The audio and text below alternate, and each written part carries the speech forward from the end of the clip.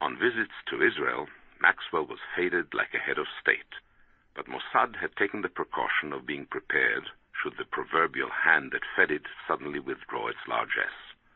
Discovering Maxwell had a strong sexual appetite, and because of his massive size favored oral sex, Mossad arranged that during the tycoon's visits to Israel, he was serviced from one of the prostitutes the service maintained for blackmail purposes. Soon, Mossad had acquired a small library of video footage of Maxwell in sexually compromising positions. Of numerous books on intelligence agencies and espionage, along with his co-worker, Martin Dillon, have just completed the publication of an absolutely incredible book on the life and death of Robert Maxwell. The book is entitled Robert Maxwell, Israel's Super Spy, The Life and Murder of a Media Mogul. This book is absolutely, it is riveting. It is, you can't put this book down because Gordon Thomas and Martin Dillon bring to the pages of this book intricate details about the involvement of Robert Maxwell with the Israeli Mossad spy agency, and they show how it was the Mossad who put an end to Robert Maxwell's career. On the telephone with me right now from his home in Ireland is the co-author of this book, Gordon Thomas. Gordon, welcome back to American Freedom News. Wonderful to be back again. Oh, Gordon, I'll tell you, I can't put this book down. This is fascinating book. You've outdone yourself. What is this? Your 40th book? 45th? Yeah, it's the 40th. Yep. She's running away in England. We've gone through 6 reprints in 4 weeks, and it's done about 27,000 copies in the States, which is pretty good in this climate. But I think the attraction is not, Chris, is not that it's just a story of Maxwell, but it is. It's one of the greatest thrillers I've ever encountered in my whole life, because many years ago I briefly worked for Maxwell as one of his reporters in his vast newspaper empire, and he was an absolute monster. And I remember, and this is the man who made off with hundreds of millions, by the way. I remember him coming down the editorial floor of the Daily Mirror and raging. He was holding up an expense sheet of some hapless reporter who he discovered had cheated him by all of 50 cents. And this reporter was fired on the spot. Now, what made it particularly poignant, of course, it was the day before Christmas Eve. You imagine, he says, "And a happy Christmas to you," and threw him out. He was extraordinary, Maxwell. He was bizarre. Over 50 cents, he fired a reporter over 50 cents, and yet Maxwell himself stole hundreds of millions of dollars from his investors. And at the time, he was in the middle of stealing left, right, and center. But none of us suspected at the time, of course, that Maxwell was this super spy for Israel. And I think that's what's going to shake people, because one of the things that was so shattering when we were doing it, when Martin and I were doing our research, was to discover how he had taken Senator John Tower, who was, as you know, a powerful figure within the Republican Party, and had used him as his gopher. I was stunned when I read this in the book. Martin or Gordon, before we get into these really juicy details about Robert Maxwell, for the benefit of our listeners who may not know very much about Robert Maxwell, give them a brief history of Robert Maxwell's financial empire and the influence that this man had back in the 70s and 80s and the early 90s, just before he died.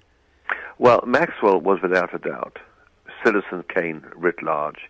He envisaged that he would one day be greater than Rupert Murdoch. He saw himself as the natural successor to Hearst, William Randolph Hearst. He imagined he would conquer the world, and what he did, he began in the most modest way possible, barefoot, in a little village in the depths of the Balkans.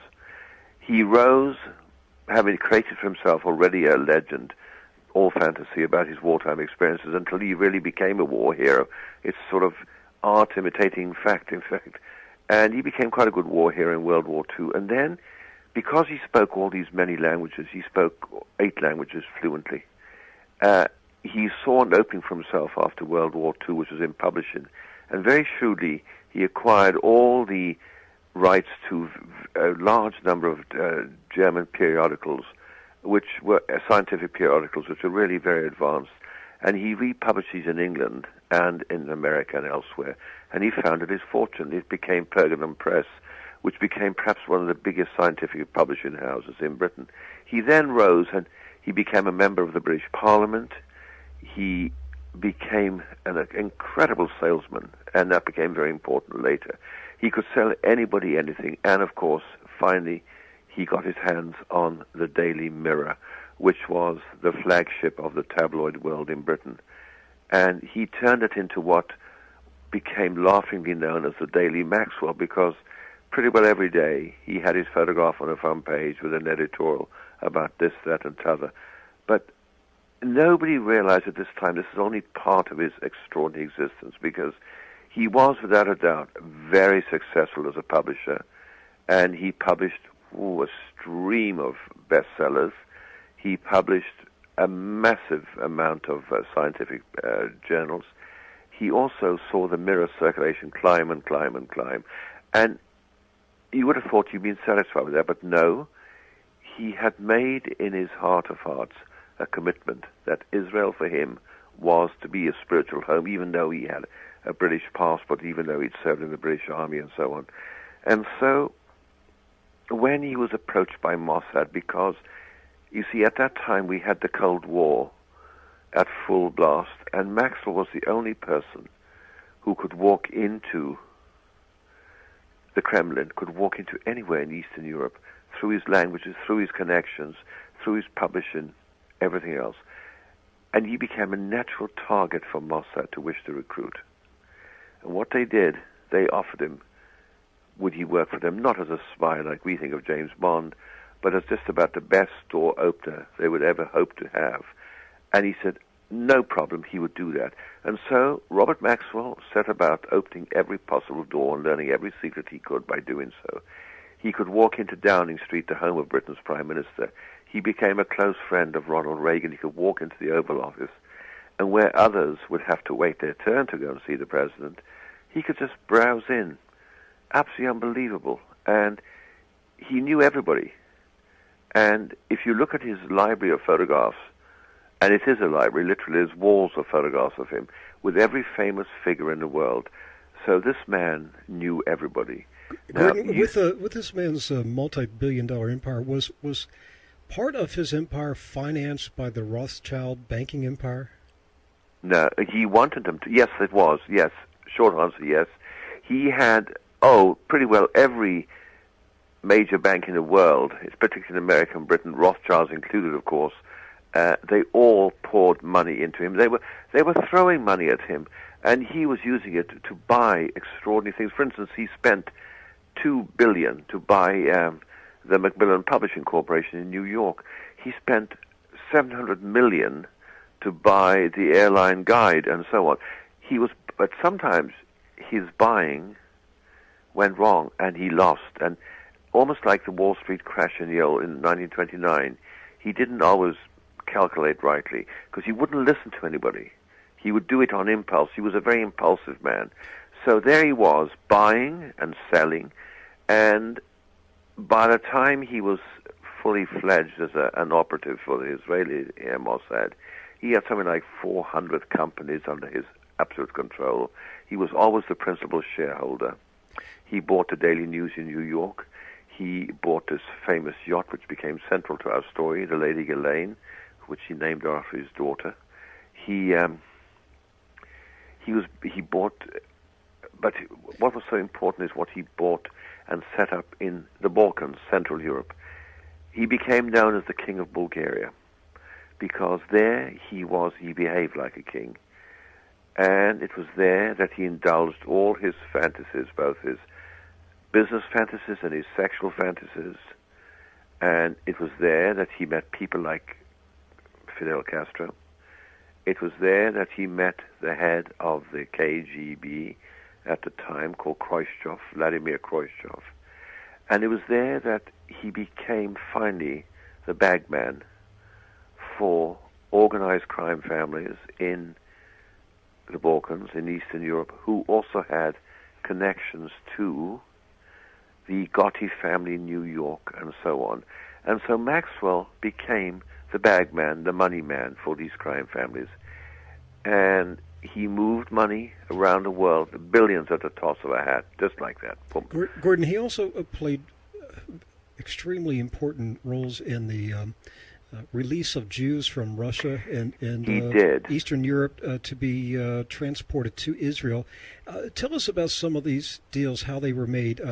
These are deals that he would make with the Russians in exchange for favors. Yeah, essentially what would happen, he was able to persuade the Russians, that was his prime job, to help Israel get these Jews out of the Soviet Union.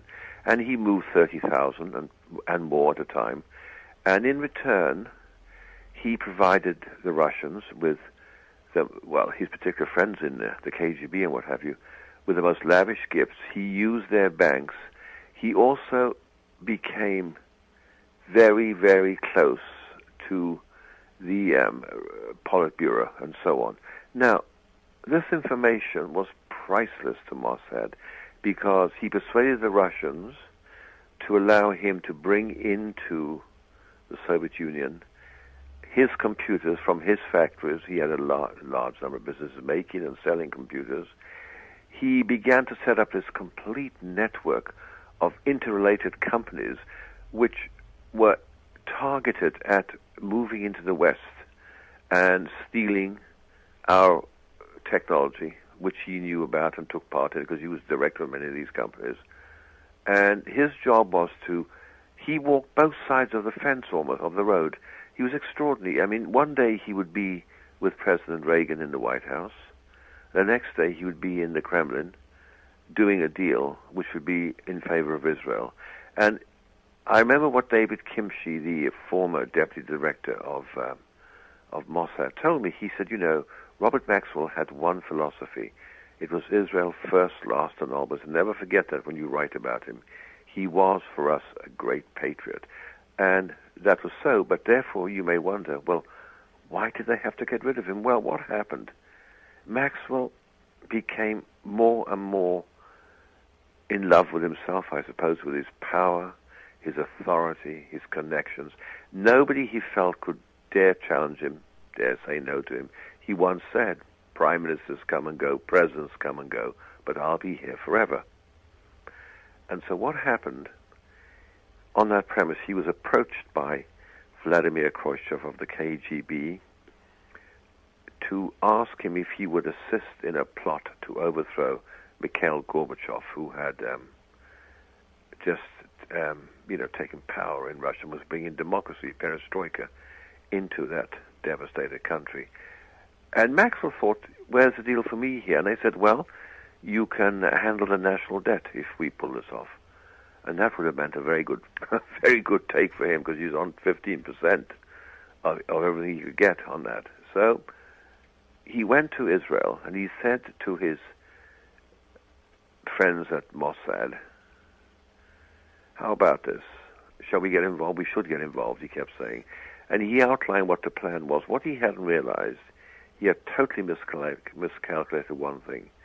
There were those high up in the Israeli government and in Mossad who were horrified at the idea that anybody would want to remove Gorbachev because it would immediately bring them into confrontation with the United States. America saw Gorbachev as the only possible hope for salvation in the Soviet Union, which was, a powerful threat. They fought against it still, though in fact it wasn't that powerful a threat as we were to discover.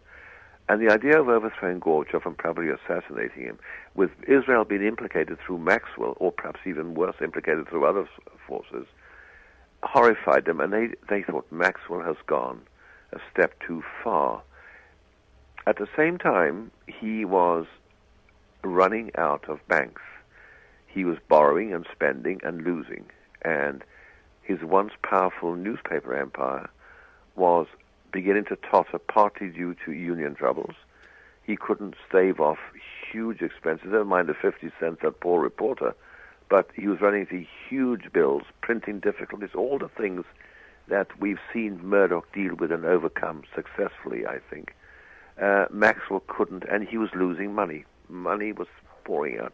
I believe you pointed out in your book that at the time of his decline, he was about $2.2 billion in the red, and his creditors really didn't know how bad it was. They just, each of the creditors knew that they were losing money, but nobody really knew how deeply in debt Maxwell's empire was running at the time. And so Maxwell, according to your book, Maxwell was running scared. He knew he was sinking and sinking fast, and he had to come up with a way to get out of debt. So the pressure was on Maxwell to make a deal with somebody who could bail him out financially.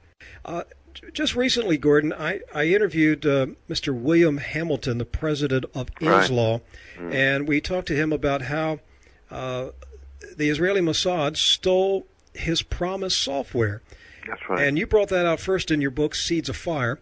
Now, what I didn't know until I read this new book, Robert Maxwell, Israel's Super Spy, was that Robert Maxwell basically was the salesman for Promis. He's the one who took it and marketed it around the world. Let's back up and talk about first how Israel got their hands on the Inslaw Promis software. Well, it was the most brilliant coup pulled off by that most brilliant spy master of all, Rafi Eitan of Mossad.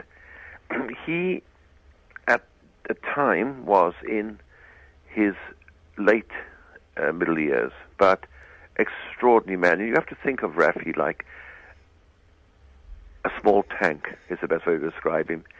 He is physically so powerful. He has also got this amazing ability to change his appearance with just a minimum of disguise. And I remember talking to him about this when I interviewed Rafi many times, and he's appeared in other books of mine with his spycraft and what have you. And he said, all this stuff about beards and all this stuff for disguise is all nonsense, he said. All you need to do, he said, is put cotton wadding in your cheeks or up your nose. You need to wear a pair of glasses. If you don't smoke, smoke. If you take a pipe, it's perfect. If you don't use one. And that's it. And you may adopt a limp, he said. Now, the point is, he took on the guise, when he went to see Bill Hamilton at Inslaw, he took on the guise of a public prosecutor from Israel. What he'd done, he had got hold of this real public prosecutor's passport and just simply had his forgers slip Rafi's photograph into the passport. And he came, though he was wanted by U.S. Customs for questioning over other matters to do with intelligence operations against America, Rafi just bowled on through Kennedy Airport. Nobody spotted him. Nobody says, that looks like Rafi Eitan, because he had just nicely disguised himself. And he turned up at Inslaw, and he went in, and he asked to see how this might work, because at the time Inslaw was selling it, of course, as a piece of software to use by public prosecutors to track down criminals. And Rafi said there are plenty of these criminals, as you know, in Israel, unfortunately, laughing. He has this funny little laugh, which is not really a laugh. It's like a chilling breeze that goes past you as it comes out of his mouth. And Bill Hamilton and Nancy Burke Hamilton and his small staff were totally taken in by Rafi. And he sat down, he had his tea with them and all that stuff. And only when he left, as Bill told me, did he realize something strange about this guy, but he didn't know what. Well, Rafi went back, and with a brilliant ploy, he went back to see his contact at the Justice Department, because he had facilitated justice to get him into America by simply saying he was coming from the public prosecutor's office in Israel and would like to see the software he'd heard about. So he goes back, and he goes into the office of a man called Brewster, who is in charge of liaison with Inslaw, which is Hamilton's company. And Rafi says, so Bruce said, how did it go? And Rafi says, wonderful, very interesting. He said, oh my God, he said, I forgot something. And Bruce said politely, what did you forget? He said, I forgot to ask Mr. Hamilton for a copy of his software. Now, Rafi knew instinctively if he'd asked Bill for that copy, he would never have got it, of course, because Bill wasn't going to part with that priceless software of his. Brewster said, no problem, Mr. The name he's given as a public prosecutor, no problem. And he gave him a copy, and Rafi said to me, sometimes you don't have to work very hard to pull something off. And that's how he got it. And he goes back to Israel now.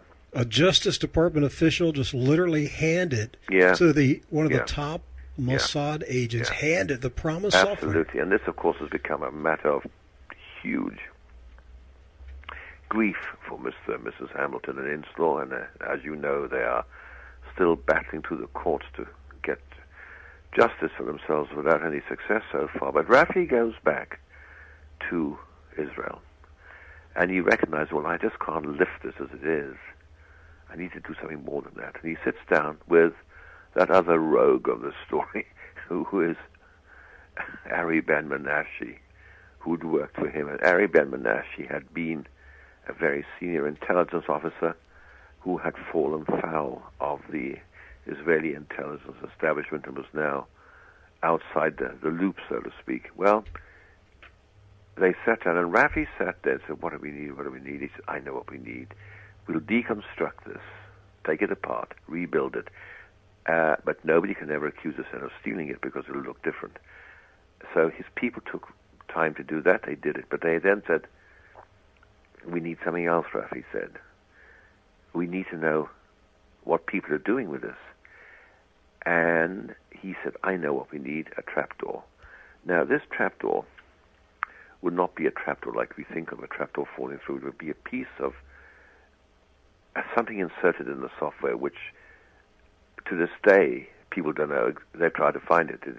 It's amazing. What it does, it's a little device which goes into this piece of software. And if you take the thing apart, the device just goes, gone.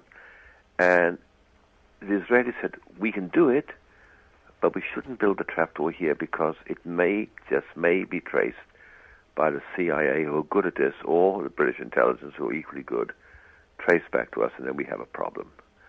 We need to be absolutely undetectable. So Ari Ben Menashe said, I know a place. And he came to California, and he talked to this guy he'd known some years ago who ran a little company in California, and he persuaded him to build the trapdoor, and he gave him $5,000 in cash for it. And the guy said, I know it's no question time, but is this for Mossad? And Ari said to him, as he told me, you're right, it's no question time, and laughed and walked away. Now, they installed the trapdoor, then they had to test it. And so they went to another element in this story, a man called Earl Bryan, who's now doing time in a penitentiary for mass fraud and what have you. And Earl Bryan had been very close to President Reagan and had, in fact, worked for him. And actually, Gordon, I worked for a brief period of time for Earl Bryan. Right. So you know a bit about him. Back in the 80s, yes, I do. I worked for him just before he went to prison. Right. He owned several television networks back That's then. right. He owned the Learning Channel, and he owned... he's a clever guy, no question. The Financial News channel that later was sold to CNBC. Well, that's the man. Well, now what happened? At the time, he had a company called Hadron. And this company was a specialist company, so Rafi used this company to test out if the trapdoor would work. And they ran the test against their neighbor, Jordanian intelligence, and it did work. But both Ari Ben Menashe and Rafi Eitan came to the same conclusion very quickly. Earl Bryan, for all his brilliance and willingness and all this stuff, did not have the resources that they wanted. And they said one word. Robert said, Ben Menashe and Rafi completed, yep, Maxwell.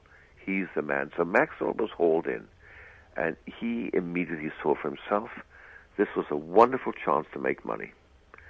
And he didn't understand software at that stage, but my goodness me, he was on a fast learning curve. And he set off to sell Promis, which was the name of the software. And the ironic thing is, and the cheeky thing is, that Rafi Eitan decided, and this is what really, really does tick off poor old Bill Hamilton, is this. Rafi Eitan decided, I'll keep that name Promis. It's such a good name for selling. And so he stole it Not he stole the name as well. And he actually sold it as promise. Oh, yeah, it's still sold as promise. Now, he went off around the world. Maxwell then became not just super spy, but ultra super salesman. He went off round the world, and he pulled it off brilliantly. Gordan, briefly explain to our listeners why Mossad wanted Maxwell to sell this promise software to other government agencies around the world. He sold it, I guess, to Canada and European nations. What was Mossad's hidden motive in getting this promise software into the government computers of other nations? Well, very simply, it gave Mossad an inside track view of what was happening when everybody was using promise. Sitting in Tel Aviv, Rafi Atan and his technicians would know exactly what was going on in those departments, in those people using it. For instance, excuse me. For instance, when they were he saw, and by the way, Atan didn't just say the government's big, but government's small. For instance, he went to his first client was Zimbabwe, Robert Mugabe, and he told Mugabe how to use it to track why farmers who may be plotting against him. It's very simple how it works, yet very, very complex. With a piece of paper, once, I'm sure Bill Hamilton has said it much better than me, but with a single piece of paper, you can pretty well track anybody, that person's life, where he's done, his phone calls and so on. It's like a never-widening ripple that goes on, and the information is just priceless when it comes back, because it's all sorted and coded for you and decoded and so on. Well, what he was able to do, by selling it, for instance, he would go to the Russians and say, you need this to keep track of what your little friends in the Soviet satellites are doing, and Koisha said, you're absolutely right. And Maxwell would demonstrate it, and the Russians, KGB, would have it. But what they didn't realize, sitting in Tel Aviv, there were people listening to what the KGB were doing. It became extraordinary because Maxwell enabled the Israelis, who survived by the simple premise that knowledge is all, and the more knowledge, the more all-powerful you are. They were able to listen into the Syrians. Maxwell sold it at cut-price lots to the Egyptians. He sold it everywhere. I have a feeling, Gordan, that this promise, the early version of promise, I have a feeling that it is most likely the foundation for DARPA's new Total Information Awareness data mining program that Poindexter's setting up in the Pentagon. Because I have no doubt. That's what they're going to do. They're going to track every electronic transaction and communication of every person in the United States. And I just have a good feeling that Promise was the foundation for this Super Snoop software. It was, and the ironic thing is this: Mr. Hansen, the renegade rogue FBI agent, he passed it to his Russian controller, Soviet controller, Russian controllers rather, and he got money for it, of course. And they sold it to bin Laden. And I have just done an op-ed piece on this, because today bin Laden has survived because, and Hamilton has confirmed this to me as well, because he has a version of Promise which enables him to be ahead of us when we're looking for him. You see, the advantage is, with this Promise system, you can do the most astonishing things, and this is a terrifying thing. I'm sure Bill Hamilton told you this, how efficient it is. It is reckoned to be, within the intelligence world, perhaps the most priceless piece of software ever created, and it's still so valuable today. But bin Laden has a copy now. Now, Hansen sold it to the BMD, which is German external intelligence. They only became suspicious something wrong was with it only after 9/11, when they realized that something was happening to their intelligence intercepts. And they said, we don't know, but we think there's something wrong here. And it was, of course, another version of the trapdoor. Because after Maxwell had sold it everywhere, news of the trapdoor leaked in Canada, when Ben Menashe, who lives in Montreal, was picked up and questioned about this and his involvement. Gordan, was the CIA aware of the trapdoor or not was initially, because they were building their own version of Promis, which they'd also got from Justice. So this went for years with only the Israeli Mossad knowing about the trapdoor. Yeah. One of the things that's in this book that just really opened my eyes, stunned me, was Gordon's revelation of the relationship between Robert Maxwell and former Texas U.S. Senator John Tower, who was at one time probably the most powerful member of the U.S. Senate. Gordon, but let's talk about John Tower's involvement. How did Tower get involved with Robert Maxwell, and what did Maxwell use Tower to do? Well, originally, Israel arranged for Henry Kissinger to facilitate the introduction to Tower. Maxwell wanted Tower for Israel to be his door opener into the Reagan administration, and more important of all, to be his door opener into the nuclear arsenal of America, which was Los Alamos. Tower at the time, as you know, had just retired from his post as chairman of the Senate Armed Forces Committee. He knew everybody in the intelligence forces everywhere. And so Maxwell struck a deal with Tower. He would pay him $200,000 a year, plus wonderful bonuses in any currency he wanted at any bank he wanted in the world, because Maxwell had banks everywhere. And in fact, Tower became his door opener. So Israel had a door opener in Maxwell. Maxwell had a door opener in Tower. Tower became the man who would usher in Robert Maxwell in to see Reagan, Attorney General Meese, anybody he wanted. And it was Tower who finally and speedily arranged for Robert Maxwell to sell a doctored version of Promis with the trapdoor to the Sandia Laboratories in Los Alamos. Tower, wait a minute. John Tower, former senator of Texas, helped Robert Maxwell to sell the Promis software with the Israeli Mossad trapdoor to our nuclear laboratory at Los Alamos, which gave the Israelis a window into Los Alamos. Correct, and we substantiate every word of that by the FBI documents we have obtained with the help of Bill Hamilton, and we've obtained elsewhere, which show exactly how the FBI had tried to track this, and we detail how the then director of the FBI found his moves blocked, almost certainly from the White House, almost certainly with people at the level of Bill Casey of the CIA, Weinberger, and people like that. A lot of people suddenly decided it was not a good idea to have this investigation into how Maxwell had got into Los Alamos. And that's very frightening because, in fact, it was Tower, his influence, his power still, that blocked off the investigation. Gordon, at that time, was it William Webster who was FBI William director? Webster was the head of the FBI. And so Webster was onto this scandal, and he was trying to investigate the Israeli Mossad penetration of Los Alamos, but high-level Reagan White House operatives blocked the FBI investigation. That's right, and to this day it's blocked, and it's amazing, because to this day you will never get to the bottom of that. I mean, there's been many attempts, and we've come as close as anybody, I think, in what we've detailed. But, it was extraordinary because we have actually his pitch speech, Maxwell's pitch speech to Sandia, which is marvelous. It's a wonderful piece of theater he puts himself through.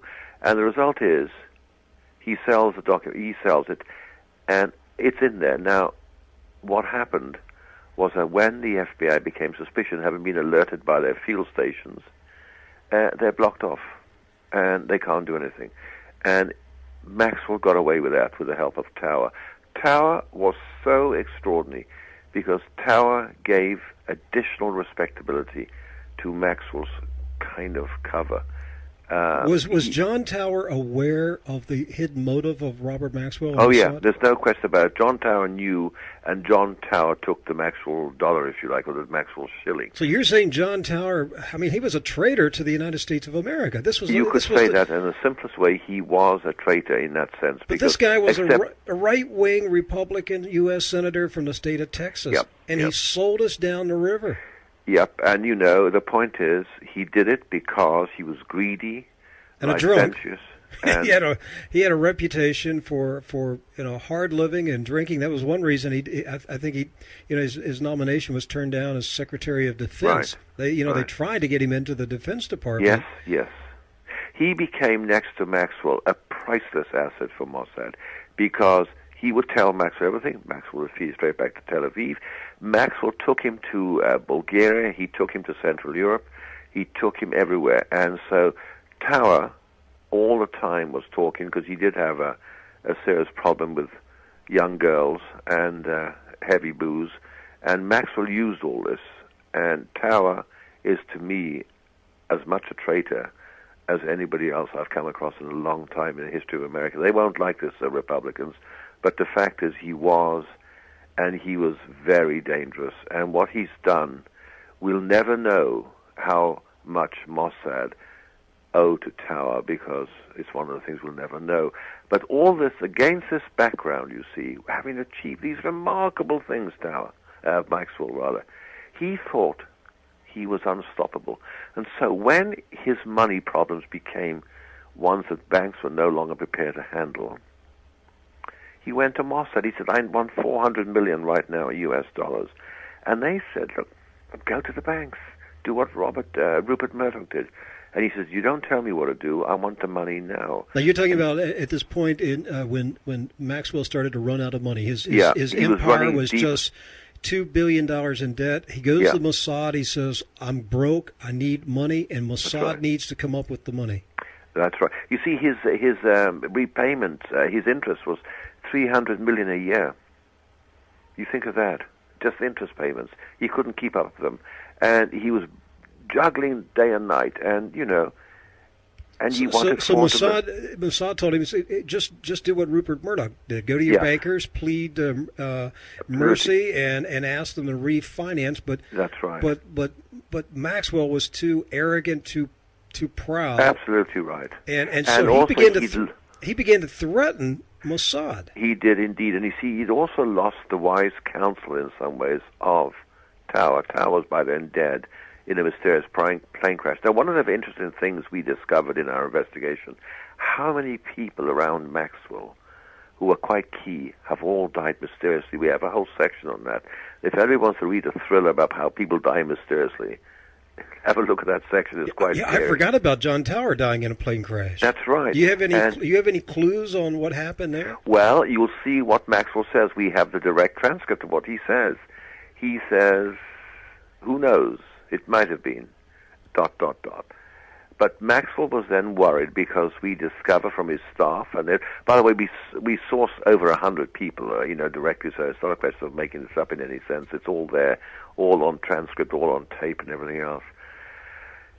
And he starts to pressurize the one people who can't pressurize, Mossad. And the result is they said he has to go. And the last part of the book is a textbook of how you put together the perfect assassination. Well, basically, Mossad became afraid that a desperate, financially desperate Maxwell was going to double-cross them, backstab them, and began to, with his media empire, he was going to begin to expose Mossad activities as extortion against Mossad to get the money. So Mossad said, we got to put this guy out of business. We're going to have to, we need to bump this guy off. So tell us, we only have a few minutes here, tell us about this top-secret Israeli Mossad assassination team and this elaborate plan to kill Robert Maxwell. Well, first of all, they spent weeks researching. They put together a team. It's called a Kidon unit. Kidon means bayonet, and it isn't a very appropriate team. It's the only assassination team in any intelligence agency in the world which works full-time only on killing people. And it's still in existence today, and it's killed dozens since Maxwell. But its job in this case was to carry out the perfect assassination that looked like an accident. So they looked at a number of quick ideas they could do. First, could they break his elevator and let him fall as he came out of his high-rise apartment? No, there's a risk that he might have other people in the elevator and kill them. Secondly, could they sabotage one of his aircraft? They could make it look like a crash, like perhaps John Tower died in a mysterious way. but then there'd be other people on the plane as well. They finally decided the only way to kill him was at sea, as if he drowned. And so they studied him physically, they studied him mentally, and they studied everything. And what they did, they put the 4-man team together, and they had a drug, a lethal nerve agent, which the team was to inject into his neck. First, they had to get him on deck alone. So they concocted a scheme. They said to him, all right. They called him up in London and said, look, okay, we said no to your money. Okay, tell you what we do. You come to the Canary Islands in the Atlantic on your boat, and we'll tell you what to do. So, and he said, do I get the money? He said, we'll tell you what to do. Relax. So he set sail from Gibraltar out to sea in the Atlantic, and he's moved here and there. And it's a wonderful example of how Mossad really do plan and plot. And they put an electronic net over the whole area, so there could be they would know everything, signals coming from the boat to the boat. They'd know everything. There'd be no mystery for them. And then the 4-man team set off in their own boat, and they waited until they got their instructions. Maxwell was then told in what he thought was a call emanating from Tel Aviv. It wasn't. It was coming from one of the backup boats that the Mossad had in the area. And it told Maxwell to be on deck in the early hours of that morning, and that he was to wait there on the port side, and he was to make sure the deck was empty, and they would hand him his money order. And they said, now, you understand, Robert, when you've got this money, that's it. You don't come anymore, you just understand that, okay? And he was so good, he said, absolutely understood, of course, 400 miles, wow, terrific, no problem. Well, it went clockwork smooth because they'd rehearsed it. They came alongside, and you have to think of the boat. A boat is a very large boat. It's not a little rowing boat. All the crew were mostly on sleep watch. There was only a minimal crew on the bridge, and they were peering forward anyway. Where Maxwell was told to stand was right at the aft, and they came up on the opposite side of the boat. The boat was traveling. It's a big, powerful boat, and they were able to scramble on board because they, were trained for that. They came on board across the deck, jabbed him in the neck, lowered him into the water, still alive, and then they drowned him as if he'd fallen over the side. Now, all this is in the last 100 or so pages where we deal with, and we would never have been able to prove this and show it if we had not got the original autopsy reports from Spain, from Dr. Ian West, and from Israel. Now, these were given to us by Betty Maxwell, the widow, and Isabel Maxwell, Robert's twin daughter. The other twin, of course, is Ghislaine, from whom the boat was named. And it was these people who finally decided the time had come, the truth had to be told. And the result was the story we have, the murder of Robert Maxwell. Oh, Gordon, an incredible story, incredible work of research, and I appreciate you taking time today to call us from your home in Ireland and tell us this untold story about the murder of Robert Maxwell, Israel's super spy.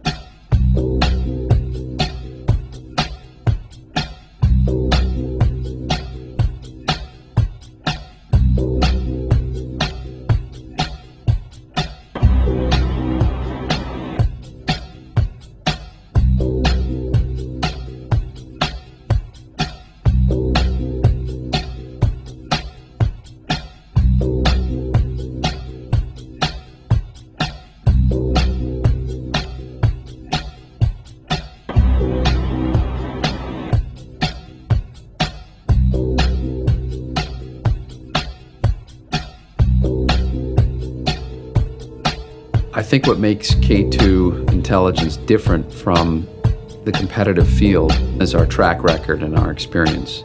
The intelligence business has changed rather remarkably in recent years, and I would attribute it to two factors. One is the internet. The second thing is the globalization of the business, which means the opportunities are international and the problems are international. Jules started Kroll Associates in 1972. He's incredibly active in K2 Intelligence as our chairman. He still works with clients, and he's very much involved in the business. We're able to provide examples of solutions that we've worked on in the past. It's an incredible opportunity for our management team who can draw on Jules's experience and his network. I think it's a unique asset that no one else can claim.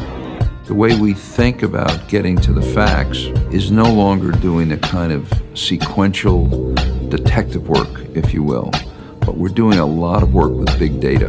There's this big data universe now that is so large and is so vast and so complicated that you really need the most cutting-edge technology. Technology used by the government in order to ferret out terrorism or intelligence matters in general. We are now applying that to the private sector. Our staff comes from a variety of backgrounds in law enforcement and intelligence, military, journalism, public accounting, computer science. Offers our clients, I think, a very unique perspective on their problem or their issue. And that mix of our heritage and background, the experience of our people, and the use of proprietary technologies gives us our competitive difference. Rebuild the hills and plains. Then I see a land where children can run free.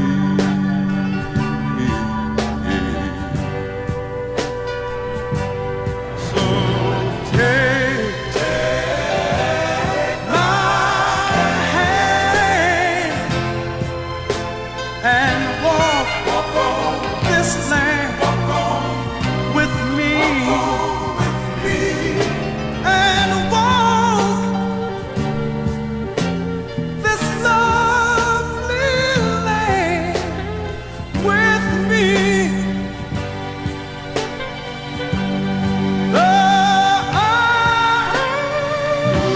I'm just a man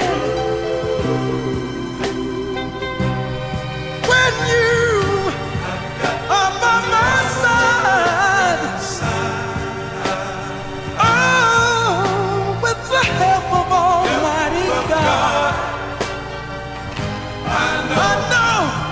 I know I can be strong.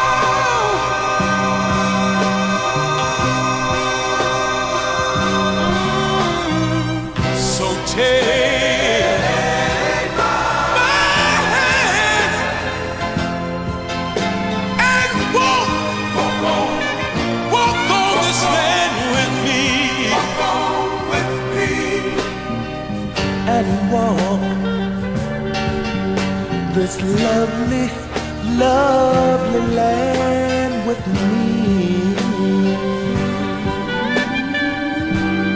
Though I am just a man,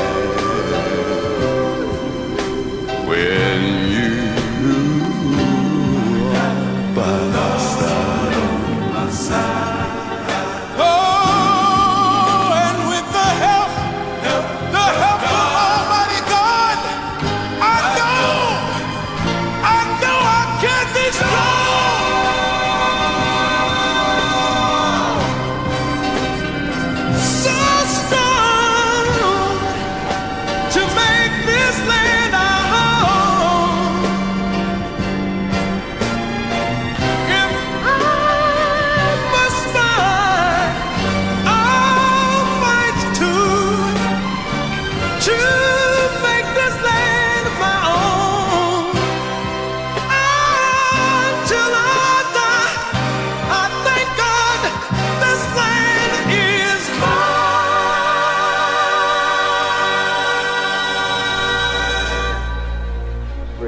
Donald, you're probably the best known builder, particularly of great buildings in the city. There's a great deal of question about whether or not the damage and the ultimate destruction of the buildings was caused by the airplanes, by architectural defect, or possibly by bombs or aftershocks. Do you have any thoughts on that? Well, it was an architectural defect. You know, the World Trade Center was always known as a very, very strong building. Don't forget, that took a big bomb in the basement. Now, the basement is the most vulnerable place because that's your foundation. And it withstood that. And I got to see that area about 3 or 4 days after it took place because one of my structural engineers actually took me for a tour because he did the building. And I said, I can't believe it. The building was standing solid and half of the columns were blown out. And so this was an unbelievably powerful building. If you know anything about structure, it was one of the first buildings that was built from the outside. The steel, the reason the World Trade Center had such narrow windows is that in between all the windows you had the steel on the outside. So you had the steel on the outside of the building. That's why when I first looked, and you had big, heavy I-beams, when I first looked at it, I couldn't believe it because there was a hole in the steel. And this is steel that was, you remember the width of the windows of the World Trade Center, folks. I think you know, if you were ever up there, they were quite narrow. And in between was this heavy steel. I said, how could a plane, even a...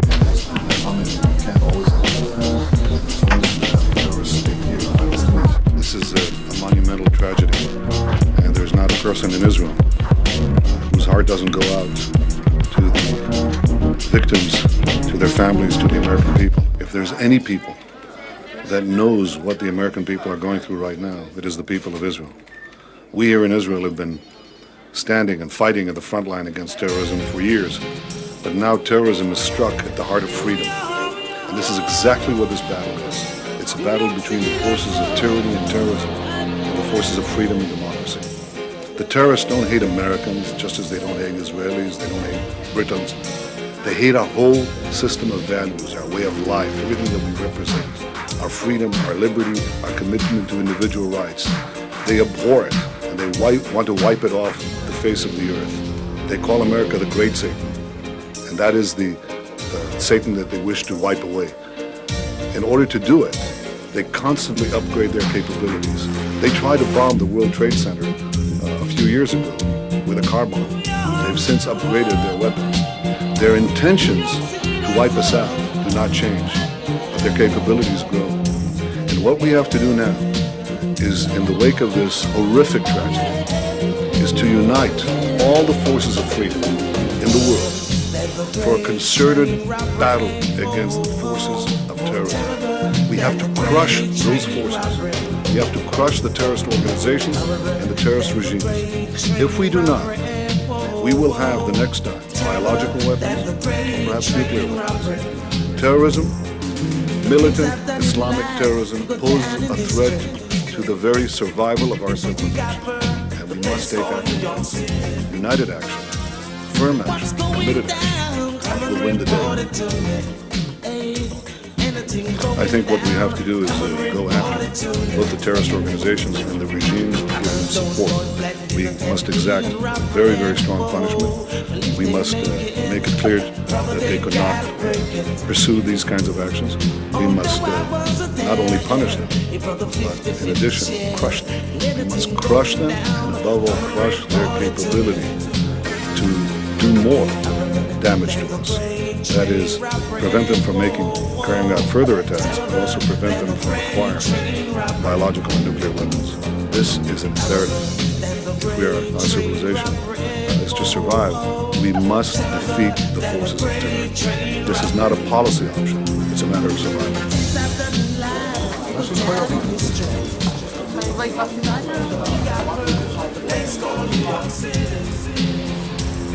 What's going down? Come and report it to me. Anything going down? Come and report it to me. Business got to run, food got to eat. So brother, do it neat. Cross the 25th Street. And if the brothers messed it up and don't let me get my gun, yes, it's gonna be hell up in Harlem. Up in Harlem. Oh, oh, oh. Terror, then a great train robbery.